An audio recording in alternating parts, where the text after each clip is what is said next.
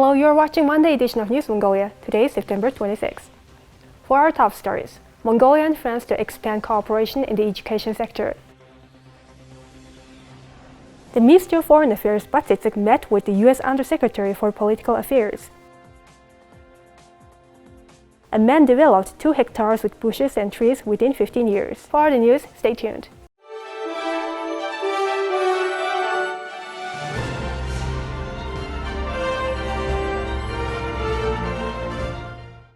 Mongolia and France are to expand cooperation in the education sector. France is one of the first European countries to establish diplomatic relations with Mongolia. As part of the Mongolian Cultural Days, a memorandum of understanding between the two countries on cooperation in the education sector was signed.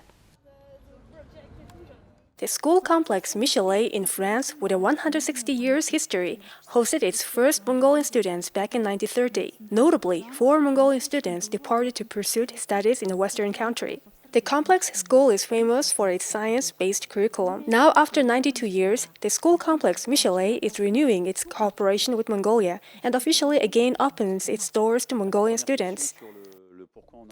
In 2019, we have restarted communication, and after 92 years, we are renewing our cooperation with Mongolia. I hope our partnership will expand further cultural cooperation between France and Mongolia, and will support future students' exchange programs. We are planning to expand our cooperation in 3 main areas, notably sending 2 students with a scholarship to the Michelet Lycée's Nature Science class every year.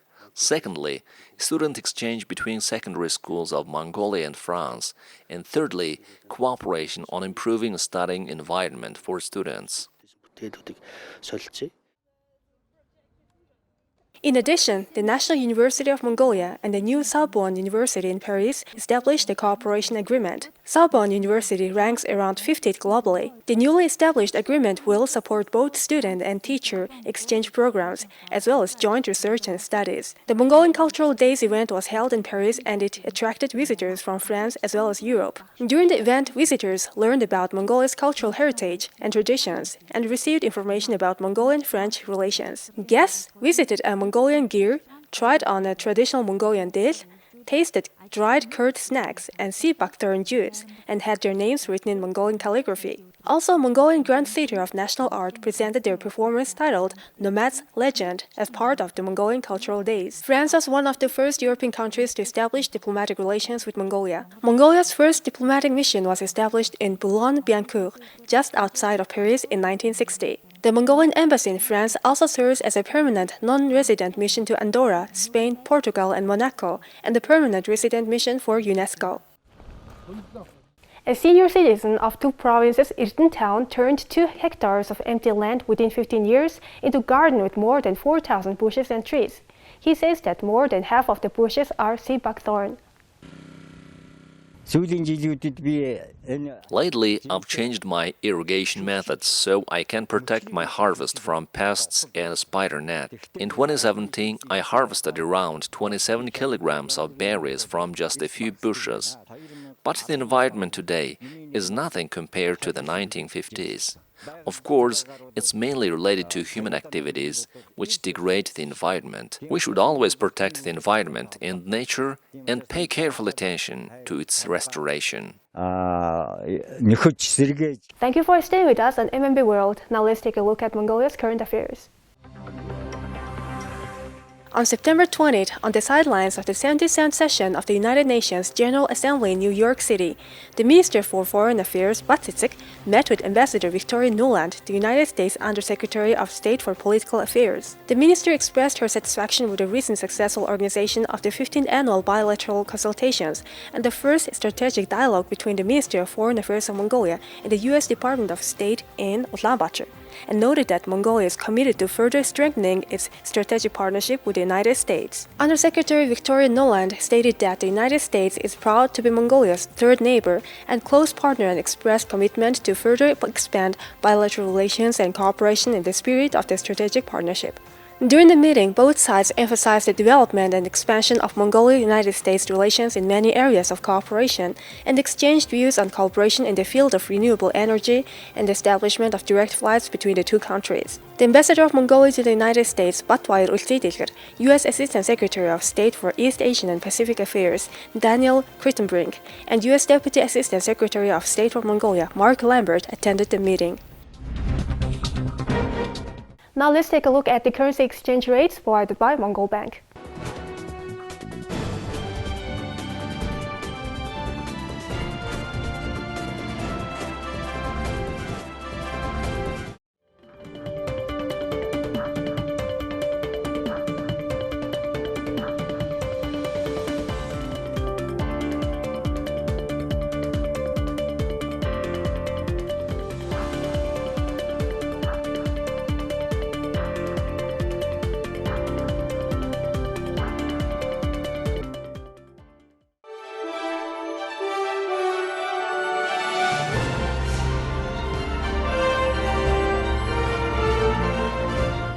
Here comes the international news from our partner agencies.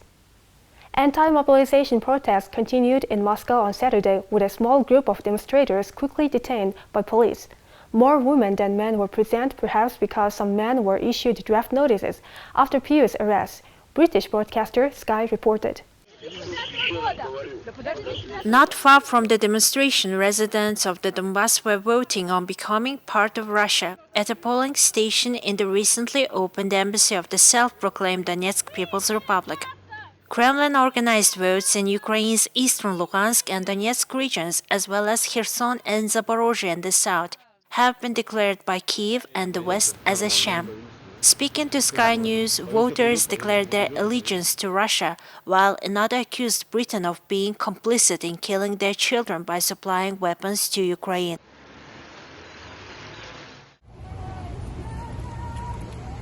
Meanwhile, hundreds of demonstrators gathered in a central square in Russia's far eastern city of Yakutsk on Sunday to protest mobilization efforts announced by President Vladimir Putin earlier this week. The protesters performed a traditional Yakut circle dance known as Osukhai and chanted no to genocide. Local news outlet Sakhaday shared footage of some of those who joined the rally being detained by police and put into buses.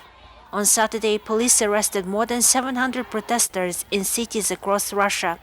Previous protests on Wednesday saw more than 1,300 arrests, and many of those taken away immediately received call-up summons. The Russian defense minister on Saturday announced the dismissal and replacement of a deputy defense minister in charge of logistics. General Dmitry Bulgakov was replaced by Colonel General Mikhail Mizintsev, who used to be chief of Russia's National Defense Management Center. It didn't mention the cause for Bulgakov's ouster, but the move was widely seen as a punishment for flaws in supporting operations in Ukraine. The partial mobilization announced by Russian President Vladimir Putin earlier this week has triggered an exodus of men seeking to avoid the draft. Thousands fled by car, creating lines of traffic hours or even days long at some borders.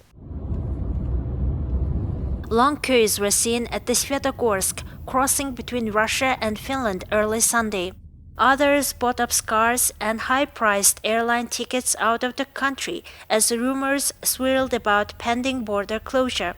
Putin and Defense Minister Sergei Shoigu have said the mobilization order applies to reservists who recently served or have special skills, but almost every man is considered a reservist until age 65, and Putin's decree kept the door open for a broader call-up. The Kremlin said its initial aim is to add about 300,000 troops to its forces in Ukraine, struggling with equipment losses, mounting casualties, and weakening morale. The call-up is being accompanied by tougher punishments for Russian soldiers who disobey officers' orders, desert, or surrender to the enemy. Putin signed those measures into law on Saturday. Italians cast their ballots in national election that could bring the country's most right-wing government to power since World War II. The electoral campaign kicked off after political infighting led to the collapse of outgoing Prime Minister Mario Draghi's government in July. Sunday's election took place against the background of an energy crisis, widespread voter disillusionment, and questions about Italy's future stance towards the European Union. Italian President Sergio Mattarella cast his vote in the Sicilian city of Palermo on Sunday as national parliamentary elections opened during a critical time for Europe. Sunday's ballot might yield the nation's first government led by the far right since the end of World War II. Mattarella, as head of state, serves as a guarantor of the Republic's post-war constitution. Opinion polls had indicated Giorgia Meloni and her Brothers of Italy party, with its neo-fascist roots, would be the top vote-getter. If Meloni becomes premier, she will be the first woman in Italy to hold the office, but assembling a viable ruling coalition could take weeks. More than 50 million voters have voted for representatives of a slimmed-down parliament, 200 members for the Senate and 400 for the Chamber of Deputies.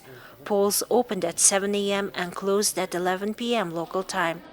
Exit polls suggest Meloni's far-right Brothers of Italy has come top in Italy's snap general election.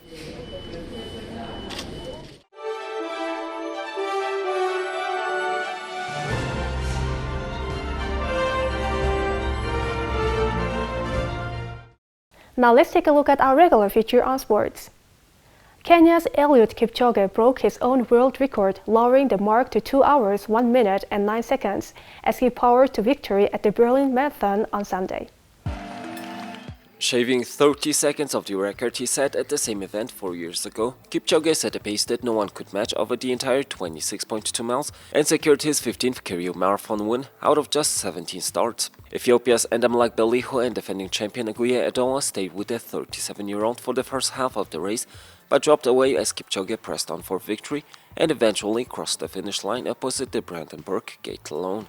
Double Olympic champion Kipchoge became the first athlete to run a marathon distance in under 2 hours in Vienna in 2019, but this was not recognized as an official world record since it was set with a team of rotating pacemakers and not in open competition. For this official record, Kipchoge started fast, setting a 10 km time split of just 28 minutes 23 seconds and reaching the halfway mark in under 1 hour. Adola matched him step for step throughout the opening 10 km, but only Beliho could remain above Kipchoge as the race crossed half-line. After 25 km, Kipchoge began to pull away from Beliho too, and though his blistering pace slowed slightly, he remained comfortably ahead of the world record all the way to the line. His compatriot Mark Courier finished more than 4 minutes afterwards, in 2 hours, 5 minutes and 58 seconds to take second place, with Ethiopia's Tedo Abate completed the podium with a time of 2 hours, 6 minutes and 28 seconds. In the women's race, Ethiopia's Tigis Asafa set a course record and took the win in 2 hours, 15 minutes and 37 seconds, the third fastest time in history and 18 minutes faster than her previous personal best. Starting just her second marathon, after making the switch from the 800 meters, Asafa ran 1 hour to 8 minutes and 30 seconds to remain with the pack for the first half of the race before she recorded a negative split of 1 hour, 7 minutes and 25 seconds to distance the rest of the field. Rosemary Wanjiru of Kenya finished second with a time of 2 hours, 18 minutes and 0 seconds, while Ethiopia's Tigis Abachev finished 3 seconds later in third place. Rafael Nadal has withdrawn from the remainder of the Laver Cup due to personal reasons, after partnering with his longtime rival and friend Roger Federer in doubles to mark the end of Federer's career. The Laver Cup confirmed Nadal's withdrawal on Twitter on Saturday, adding that he would be replaced by Briton Cameron Norrie. Due to injury, Federer was also unable to play in the rest of the competition and was replaced by Matteo Berrettini. Nadal and Federer, who have won 42 Grand Slam titles between them, teamed up one last time on Friday to play in doubles match for Team Europe against Americans Jack Sock and Frances Tiafoe representing Team World. I haven't seen a highlight reel of what just went down, but I hope somehow not too many people were crying. I don't know, or maybe it feels good to cry sometimes, you know. And it was obviously highly emotional on many levels, but all on the happy side. And this is also what was catching me, I guess, while I'm falling, is to always remind myself, I am happy so I can speak. I am happy because this is exactly what I hoped for, to totally just content at the end of my career, and I am. I'm so in peace with everything, and it couldn't have been nicer with the team. And Rafa obviously being there, it's been just so special, everything, and family, you name it, teams, it's just been wonderful. A lot of years sharing, I think, very important things for our lives, no? And at some point, when Roger leaves, I am losing an important part of my life, you know. Well, important part of my life, it's living with him. So yeah, difficult to hold emotions in that moment. But as Roger said, you know, at the end, that's life, and it's a normal thing. On the other hand, Roger had an amazing and super long career. So even if we don't want to arrive to that point, for everyone is an end, no? And for him, I think was a fantastic end on court. That's something that I like to see, and with the emotions of an amazing crowd. Afterwards, pictures of the two men, whose rivalry had transcended tennis, crying next to one another during the post-match ceremony in front of standing ovations and live music from Elliot circulated on social media. Despite winning 2 Grand Slams, Nadal's season has been overshadowed by a foot injury and a more recent abdominal injury that forced him to forfeit his Wimbledon semi-final. Now let's take a look at the weather forecast for the world's major cities.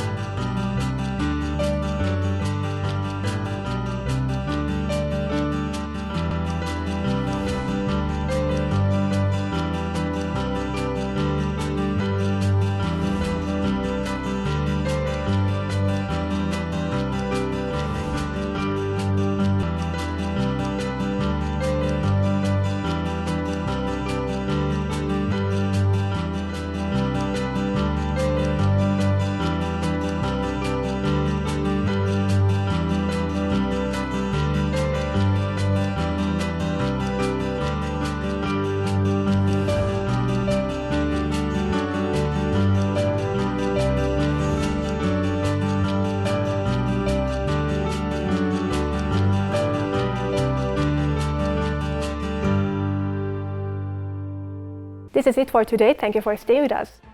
We'll see you tomorrow with more news updates. Have a nice evening. Goodbye.